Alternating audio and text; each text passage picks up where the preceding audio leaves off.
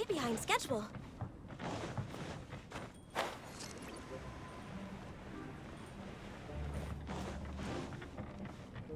Next on the agenda... Albedo! Traveler, Paimon. I suppose your story is ready. Yep. How about you? Do you need some more time? No need. I am also ready to tell my story. Paimon calls dibs! Paimon first! Please, go ahead. Okay, here goes.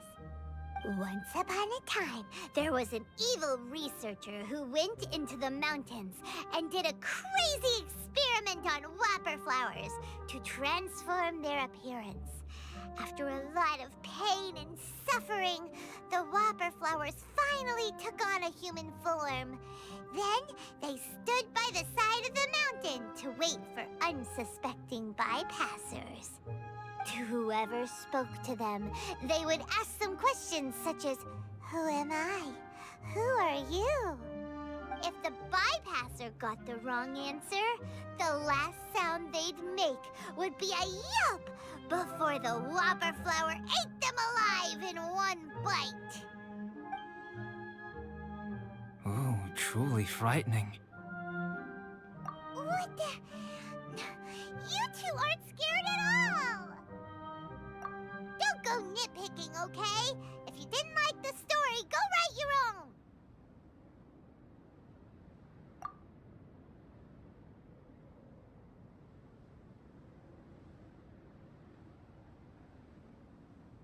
In other words, the whopper flowers would ambush and then completely replace their victims. And then what? Go back to where the person lives? Enter their home? Eat their whole family? Paimon made up this story, but now Paimon's the one who's scared by it. It's a good story. Oh, may I write it down? I may bring it up in future conversations. What for? Just to scare people with? Yes. You've got a real mean streak, Albedo. Mine is a little longer than yours. It starts with an alchemist.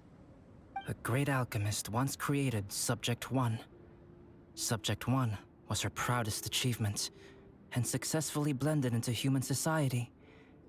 No one ever would have thought that this friend of theirs was in fact a synthetic human.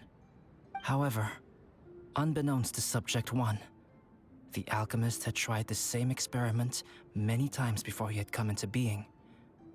Some of the rejects from failed experiments had been discarded, but had not died. Subject 2 was one such failed experiment. He was swallowed by a great dragon that came to rest upon a snow-swept mountain. Many years later, he was resurrected by the dragon's mysterious power. He saw all kinds of people on the mountain, including Subject 1, who had somehow miraculously blended in among them. Never in Subject 2's wildest imagination had he thought it possible for experimental life forms such as they to deceive everyone so successfully. He saw the way humans accepted Subject 1 as a friend, witnessed their affection as they addressed him by name. This was what Subject 2 wanted.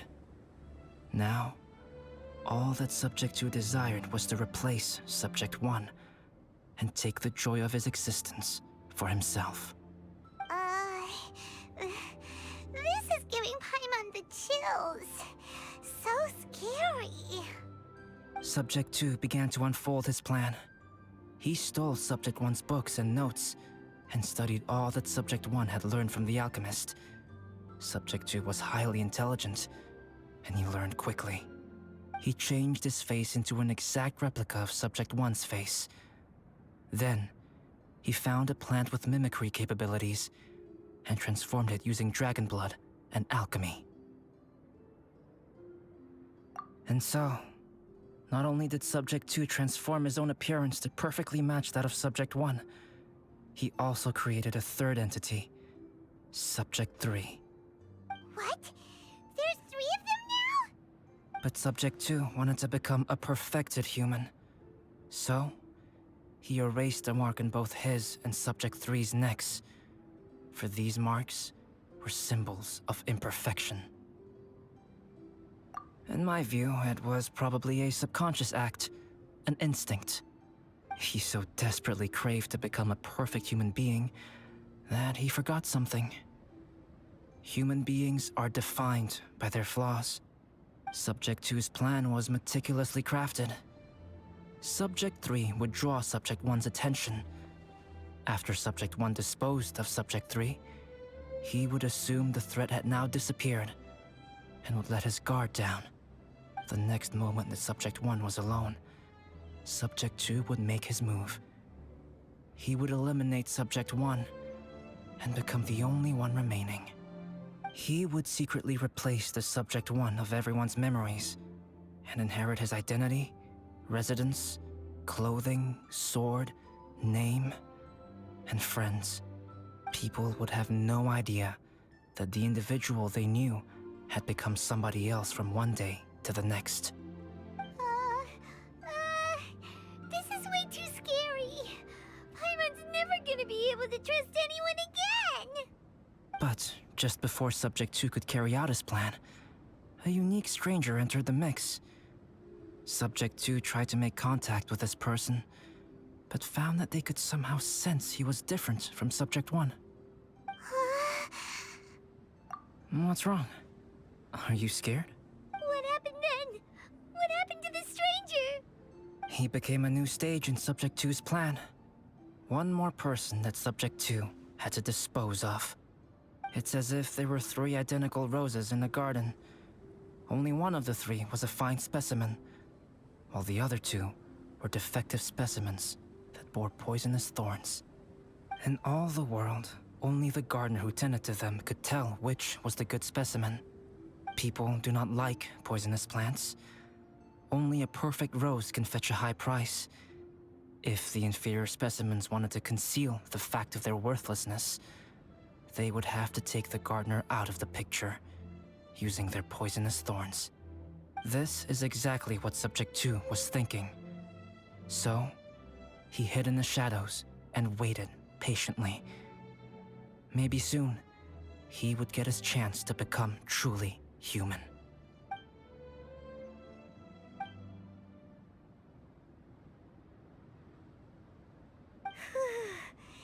That was intense!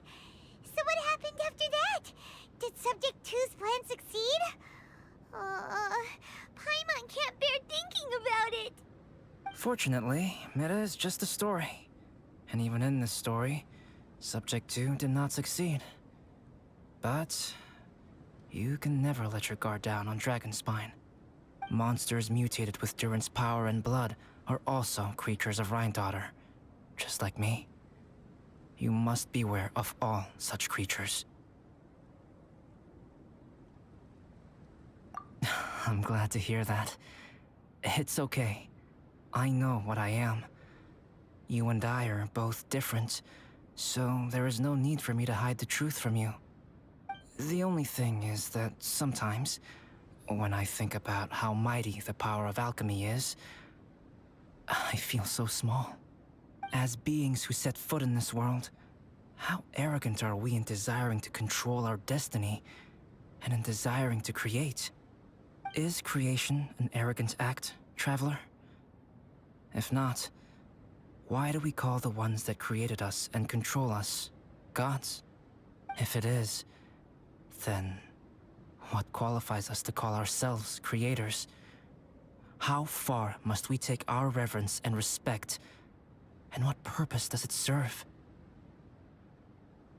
Nothing special, but whenever I think about it, I feel a twinge of grief. Poor Albedo. Hello? Traveler, are you here? Hey, is that Amber? Thought we might find you here. We're here to deliver a message from Cyrus. There's gonna be a big event down at the base camp, and they want you there too, Traveler. Winter camp is nearing its end. Apparently, even provisional instructors are required to attend. Looks like we need to go, Albedo. Bye for now. Then I won't keep you. I have some things to attend to here, So, forgive me for not seeing you down. Don't worry about it. There have been no issues getting up and down the mountain recently. Is everyone ready? Let's not keep them waiting.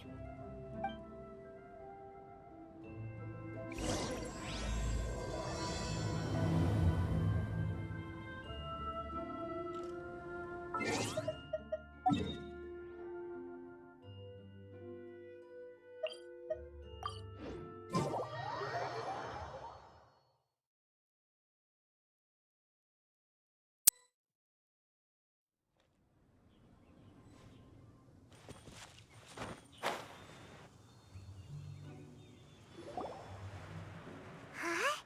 Who is this guy?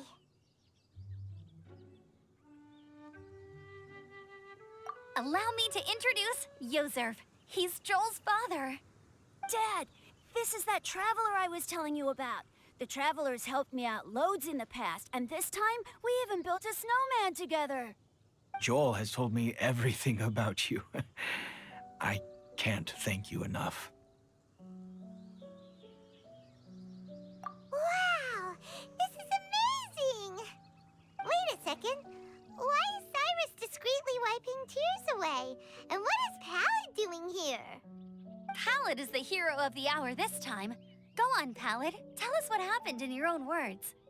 Okay. The weather was fine on that fateful day, and I had a feeling that Lady Luck was smiling down on me. So I trusted my gut and set off to explore somewhere new, somewhere dangerous. Because where there is great danger, there is also great treasure. Why does this sound so hard to believe? But I had only been away from the group for a short while when I fell down a slope and just started rolling. Uh-oh. Did my bad luck rub off on him when we ran into each other on the mountain? The place I fell to was somewhere I didn't recognize, and I'd sustained a few injuries. I remember thinking to myself, this is the worst luck I've ever had in my whole life. Then I met Yozerv. He'd heard the sound of me falling and came out to see what was going on. Huh? Wow, so it was completely by chance then. I thought he must have been someone from the Adventurers Guild here for the event, but after a few words of conversation, it was clear that he was having memory problems. He didn't even know his own name.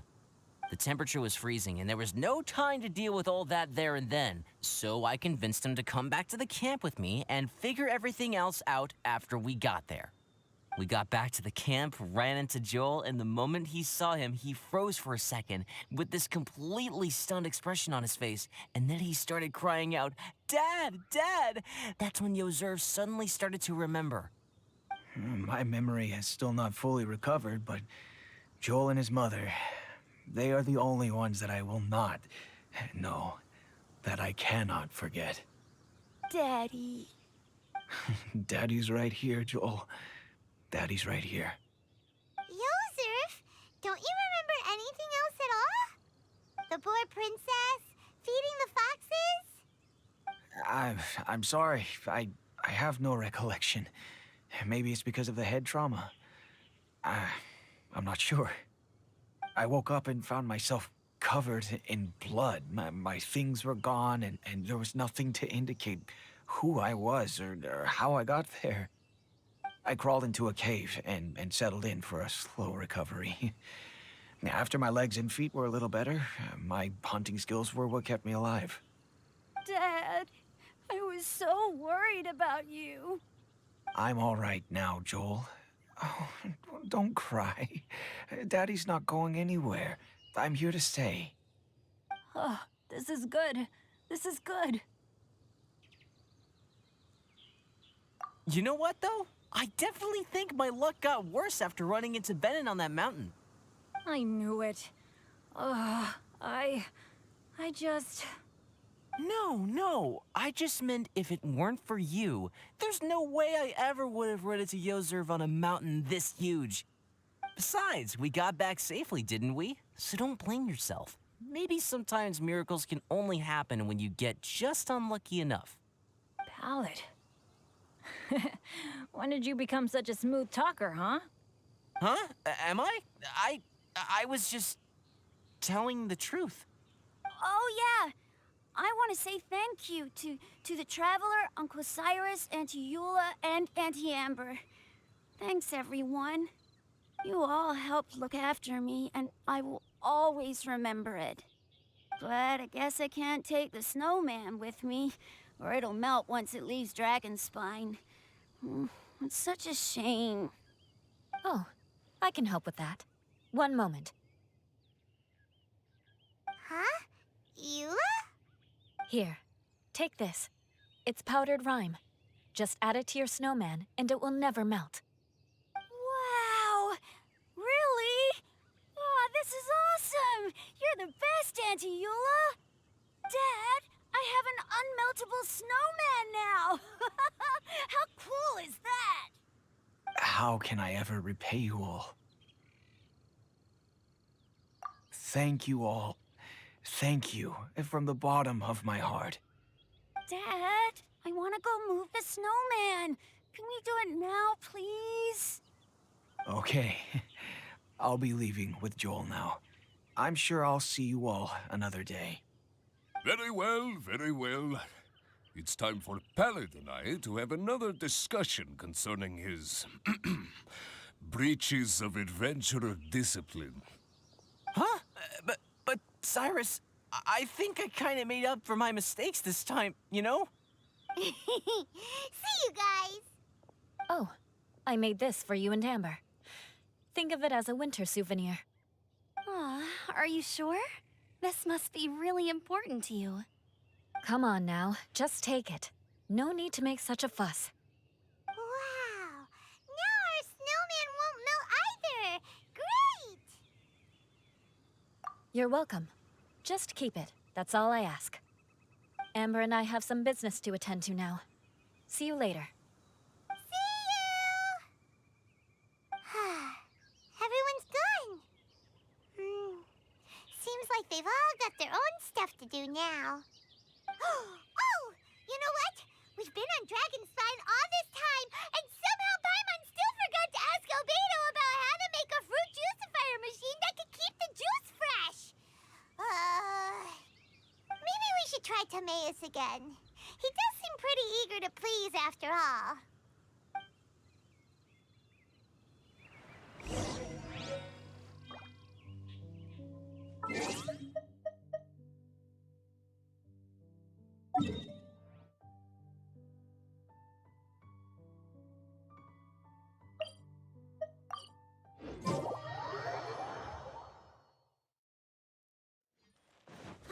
The air is just right. Timaeus! Traveler and Paimon, what can I do for you? Wait a minute. You've got that mischievous look on your face. Oh, you're not still thinking about that ridiculous juicer thing, are you? Timaeus, will you help us? Well, if the Traveler isn't really interested, then, yeah, maybe I'll give this one a pass. It's just the weirdest request ever. No, but Paimon's Sunsettias are gonna go to waste without it. And the time it would take me to research something like that, I could probably pick those Sunsettias again 10 times over. New research project, Timaeus? We meet again. Oh, Albedo, thank goodness. So the situation is, Paimon wants a machine that can turn fruit into juice and keep the juice fresh. I mean, surely it's... Majorly important, that's what it is. If you can manage to invent this, we'll never have to worry about fruit going bad ever again. That's impossible.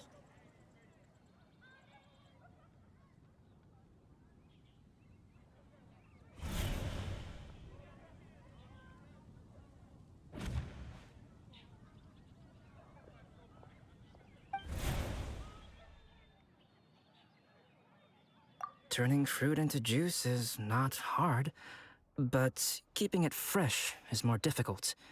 But if you simply want to keep the fruit from rotting, there are many ways to achieve this. Right, Traveler?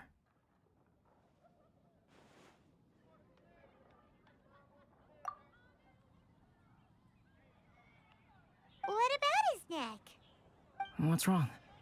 Is there something on my neck? From the look on your face, it's as if you thought I just played a practical joke on you that was in exceedingly poor taste. Albedo, you were saying, how do you stop fruit from going bad? Well, one way would be to bury your fruit on Dragonspine, where the snow never melts all year round. But then Paimon won't be able to eat them! You could always live on Dragonspine. No, too cold for Paimon. Or you can give the fruit to me, and I would take it to Dragonspine for you. But since you don't like the cold, you'd have to send someone else to pick them up when you want them. This is where you come in, Traveler. Suddenly sounds a lot more feasible with other people doing all the work. Okay then, shall we go with that idea? Fruit buried on Dragonspine will stay fresh for much longer. However, it is also possible that the fruit will sprout and grow into fruit trees. Who knows? Maybe the next time you visit, it will have grown into an orchard. You can water the trees, add fertilizer, and when they finally bear fruit, you will have some fresh sunsettias. No way! Then Paimon will have to be a gardener. That's not the goal here. Oh? Well, I don't think being a gardener is so bad.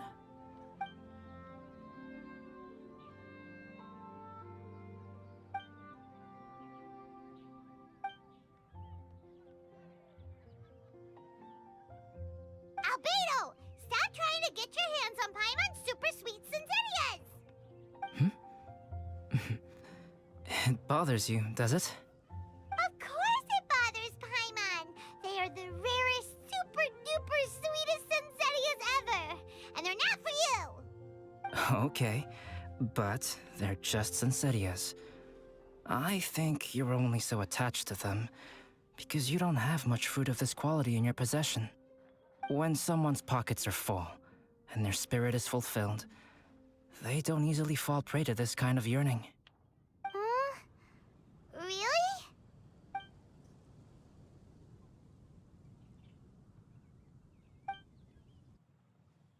The neighboring nation is the most prosperous commercial port in all of Tibet.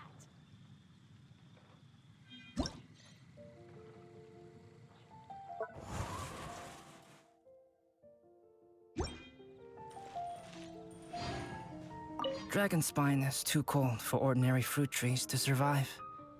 But if, one day, Dragonspine did become home to gardens and orchards, there would be more reasons for people to visit.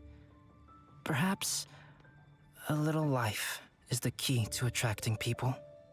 Life may exist in all kinds of unfathomable forms, and in all manner of unthinkable environments. Mysterious, yet tenacious. Perhaps this is what makes life so special.